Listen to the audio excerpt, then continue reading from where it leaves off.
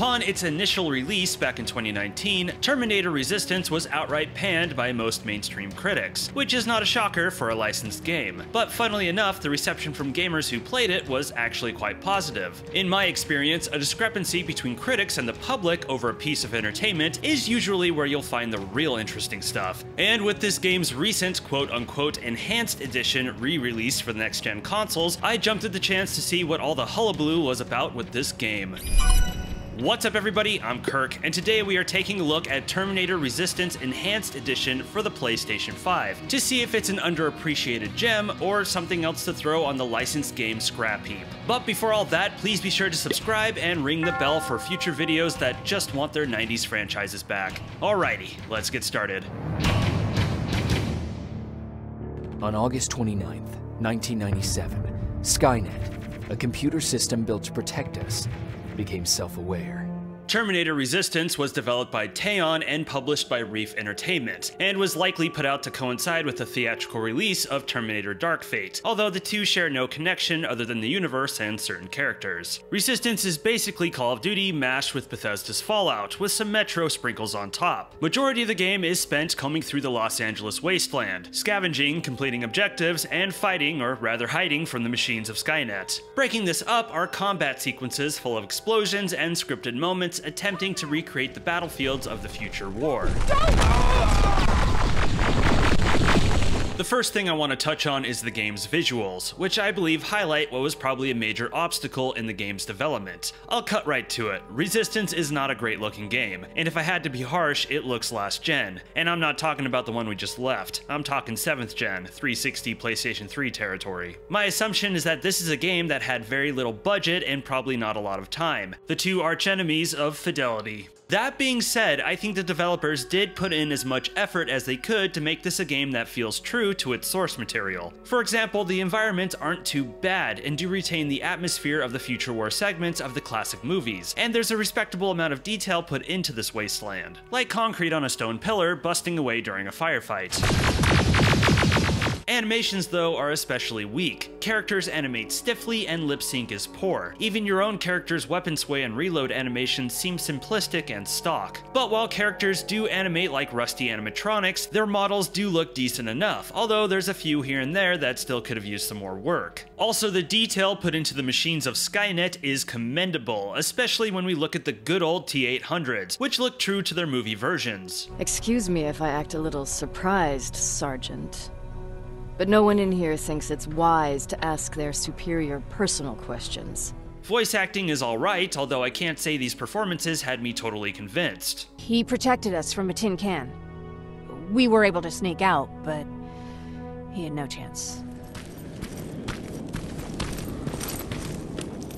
Sound design is adequate. The wasteland has an appropriately windy, dead atmosphere to it, and the sounds of gunfire and lasers zooming past your head sounds good. But the mixing is all over the place. Radio conversations are often drowned out by the effects of the environment. Spider scouts ahead. Keep that gun ready. Or sneak past them if you don't want to engage. And there were odd moments where I would converse with a character in a room and hear a terrible sounding echo. I don't know if this was a bug or a choice, but either way it sounds like a mistake. We don't stand a chance. We have to evacuate. Is Alvin still there? He is, sir. Then we're not leaving. The soundtrack calls back to the original films, with many of the classic themes returning, which I thought was pretty cool and helped bring out the Terminator atmosphere. Of course, this is the enhanced version of the game, which begs the question of what's been enhanced. Well, besides tweaks to the lighting and textures, visually the game hasn't received any major overhauls. The big upgrade though is that it now runs at a 4K resolution at 60 frames per second, and being a PS5 game, the load times are incredibly fast and there is DualSense support, although it is a very light implementation.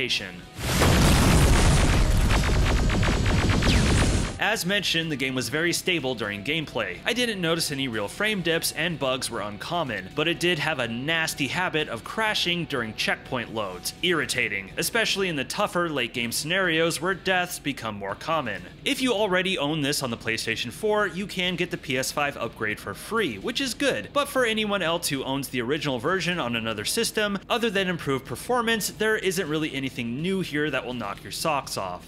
Get down! Get down! What's going on?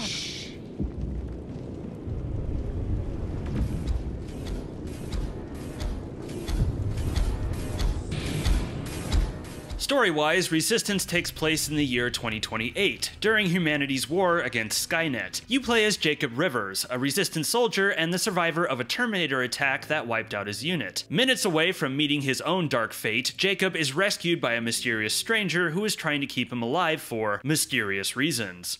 Sounds familiar, huh? Jacob soon learns that Skynet has begun to deploy Terminator Infiltrators, indistinguishable from regular human beings, to hunt him down and kill him. It is now up to Jacob to protect his allies, and himself, from the threat of the Infiltrators, and play his part to take down Skynet once and for all.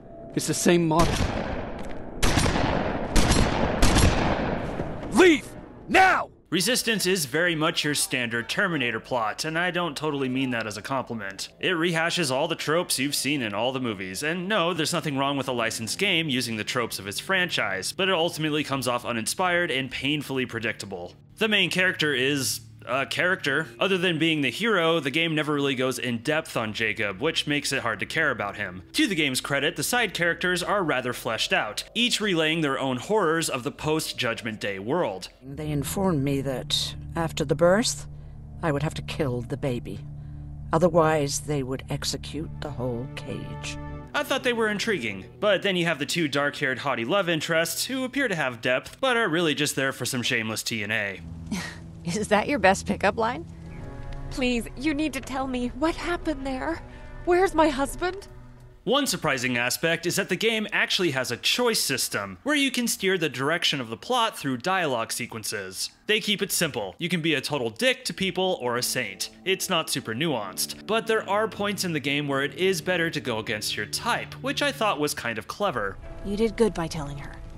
I don't care what Baron says. That woman deserved to hear the truth. Indeed, depending on your choices and how much you put into the game, you can achieve different endings that do play into the larger Terminator universe. It's ultimately pretty fan-servicey, but it was a decent payoff. Even still, this was a narrative that made me cringe. Not the first time a Terminator story made me do that, but man, I do hope it's the last. Did you pick up a gun and fight back? Or did you run like you sewer rats always do? As I said earlier, Resistance is a mashup of Fallout and Call of Duty, but the game does lean more heavily on Bethesda's post-apocalyptic RPG. The player will do a healthy amount of scavenging in all the nooks and crannies of these sizable, non-linear, debris-filled maps. You can use your findings to trade for new weapons, or craft ammo, health, and other useful goodies. It's a pretty familiar system that we've seen in a lot of games. While exploring, there might be multiple ways to enter certain areas, whether that be finding a vent, blowing open a hole, hacking, or good old-fashioned lockpicking, which is a blatant copy of Fallout's system. However, the hacking minigame is straight up Frogger, which I thought was kinda neat and perhaps a nod to Terminator being a product of the 80s. I appreciate the inclusion of some player agency, but unfortunately the game never pushes it much further. In fact, the later portions of the game features less of it, which I thought was a shame. One weird thing I want to mention real quick is that Jacob doesn't have the ability to climb over anything, which I guess is there to make the player focus on their abilities, but at times it just makes the game look silly. Picking locks is kind of my thing. Yeah, or maybe we could just climb the fence. Voila. Many of your skills can be upgraded with a simple RPG leveling system. Once again, like the crafting, this doesn't present anything new, and it's debatable whether or not the game actually needed this, but it functions, and I can see how a playthrough can differ depending on what skills a player focuses on, although between you and me, you'll max out most of these before the end of the game. I'm sending you the first set of pictures. You'll have a main objective to complete, but also several optional side missions. Missions like shutting down Skynet outposts or running errands for one of the side characters. There's really two ways to approach this game, loud and offensive or quiet and sneaky. Stealth in this game is very simple. Stay crouched to be silent, get behind cover to not be seen. That's it, with a meter at the top of the screen to indicate enemy alertness. The player also has a set of night vision goggles that highlight enemies through the walls. Keep in mind though, it slows your movement speed considerably, so it's not wise to keep them on at all times. The stealth mechanics are fine. They're basic, but they work. But man, the artificial intelligence for this artificial intelligence sure is touchy. Playing this game at times felt like I was walking on eggshells. Machines can spot you easily, even from way across the map, and go from chill to deadly at the snap of a finger. Now, the machines being hyper-aware isn't necessarily bad. In fact, I wouldn't expect any less from a human killing machine. But with the decent amount of machines patrolling the battlefield, it often felt like no matter where I went or where I hid, there was always some machine in some random corner that was gonna see me. I mean, if it's not the T-800s that will spot you, it's definitely the flying drones that suddenly appear overhead. Getting through these parts pure stealth means inching your way through the battlefield and constantly switching to your night vision, which isn't the funnest. For me, the best course was to try to eliminate some of the machine element, which I was all about. But this is pretty risky, as you're fairly underpowered against the machines for most of the game. While the lesser machines are manageable, the bigger ones take quite a bit to kill, making you burn through ammo and health. And when you go up against multiples of them, your chances of survival are slim. For me, it was a pretty rocky experience all around, with a lot of frustration and checkpoint reloads. Ugh, damn it. Now, to be fair, some of this is to push the player to use the environment to their advantage, which I did appreciate, like luring an 800 to an explosive plasma container, or hacking a turret to fight for you. But even this aspect of the game brings with it its own flaws. For example, the turrets are absolute beasts, able to cut through 800s with ease and even take down hunter-killers like it's nothing. Oh, and I should mention, turrets are among the easiest things to hack in the game. Doesn't really make a lot of sense. So this is a stealth system that either puts the player at too much of a disadvantage, or when it does throw them a bone, it completely throws the difficulty out. Look, having a stealth system like this isn't a bad idea for a Terminator game. In fact, I think it fits the universe rather nicely, but I don't think it's super well thought out, and needed a lot more balancing and testing. Terminators! Now, while the game is mostly made up of these Fallout sections, they are broken up by Call of Duty-esque combat sequences, which were my least favorite parts of the game. Like everything else here, the combat does the bare minimum to be considered fine. Weapons don't feel super impactful, but the aiming and shooting is responsive, and there is some weapon feedback, which is nice. But otherwise, it's all very generic. Most combat boils down to pop out of cover and get as many shots off as your health can withstand. Hide, heal, rinse, repeat. It also doesn't help that the machines in combat just kind of loaf around the battlefield like the bullet sponges they are, able to bullseye you with incredible accuracy. Yes, they are Terminators, that is how they behave, but unfortunately it makes for boring gameplay. Weapon-wise, the game starts you out with standards like a pistol, shotgun, and assault rifle, which work well against the lesser machines and are ineffective against the 800s, which is where the plasma weapons come into play, which can hurt them. This tiptoes me into one aspect of the game I did like, which was the plasma weapon upgrades. Each plasma weapon has 3 slots that you can fill with collected chips, upgrading things like damage and clip capacity to a certain percentage. The catch is, the ends of these chips must match in order to connect, adding a neat puzzle element. The upgrades for these weapons are noticeable and key for success in the late game stages. Another thing I did enjoy in combat had nothing to do with anything mechanically, but rather was the nice touches the developers put in to bring out the Terminator-ness of it all. For example, if you land enough critical hits on a T-800, you can knock them down, to which after a few seconds they'll begin to slowly rise, in a way that brought me right back to the classic films. Or trading shots with an Infiltrator while the Terminator theme goes hard in the background. Even in the stealth portions, there was something awesome about hiding from a large patrol of machines or staying out of the light of a passing hunter-killer. Despite the many flaws of this game, it's undeniable that the devs, as much as they could, put some effort into staying true to the Terminator universe and wanted to immerse players in it. I think that's why Resistance has its defenders. This game does kind of satisfy a Terminator itch that gaming has failed to scratch over the franchise's history, and I have respect for that, I really do. But for me, these moments were glimmers in an otherwise unremarkable experience. Hold up. Before we end this review, there is still one last thing to talk about. The included DLC, Infiltrator mode. And Infiltrator mode is dope.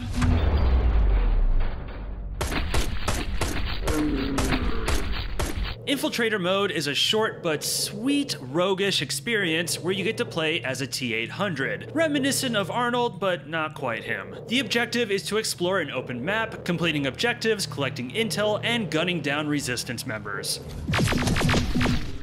with the overall goal to earn as many points as possible to rank on the game's leaderboards. However, if you die, you have to start over from the beginning.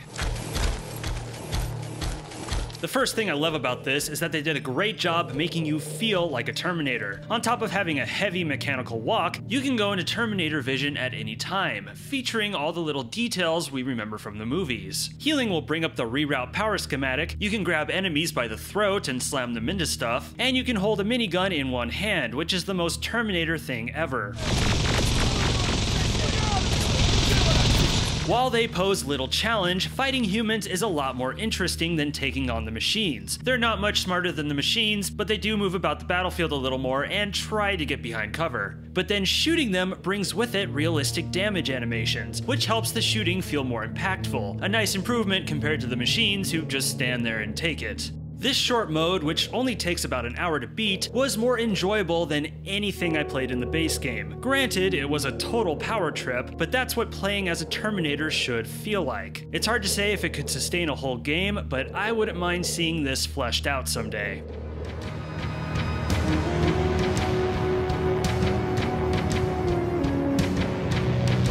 Terminator Resistance isn't terrible, but it's not some underappreciated gem either. At best, this is an adequate shooter that does a good job of staying true to its source material, and at worst, this is a generic and largely boring experience. Unless you are a die-hard crazed fan, Terminator Resistance is just not a game I can recommend. Yeah, Infiltrator mode is a lot of fun, but that 45-minute gem of a mode is simply not worth the game's $50 price tag. Sure, this may be one of the best Terminator games ever made, I'll give it that, but this franchise still deserves better.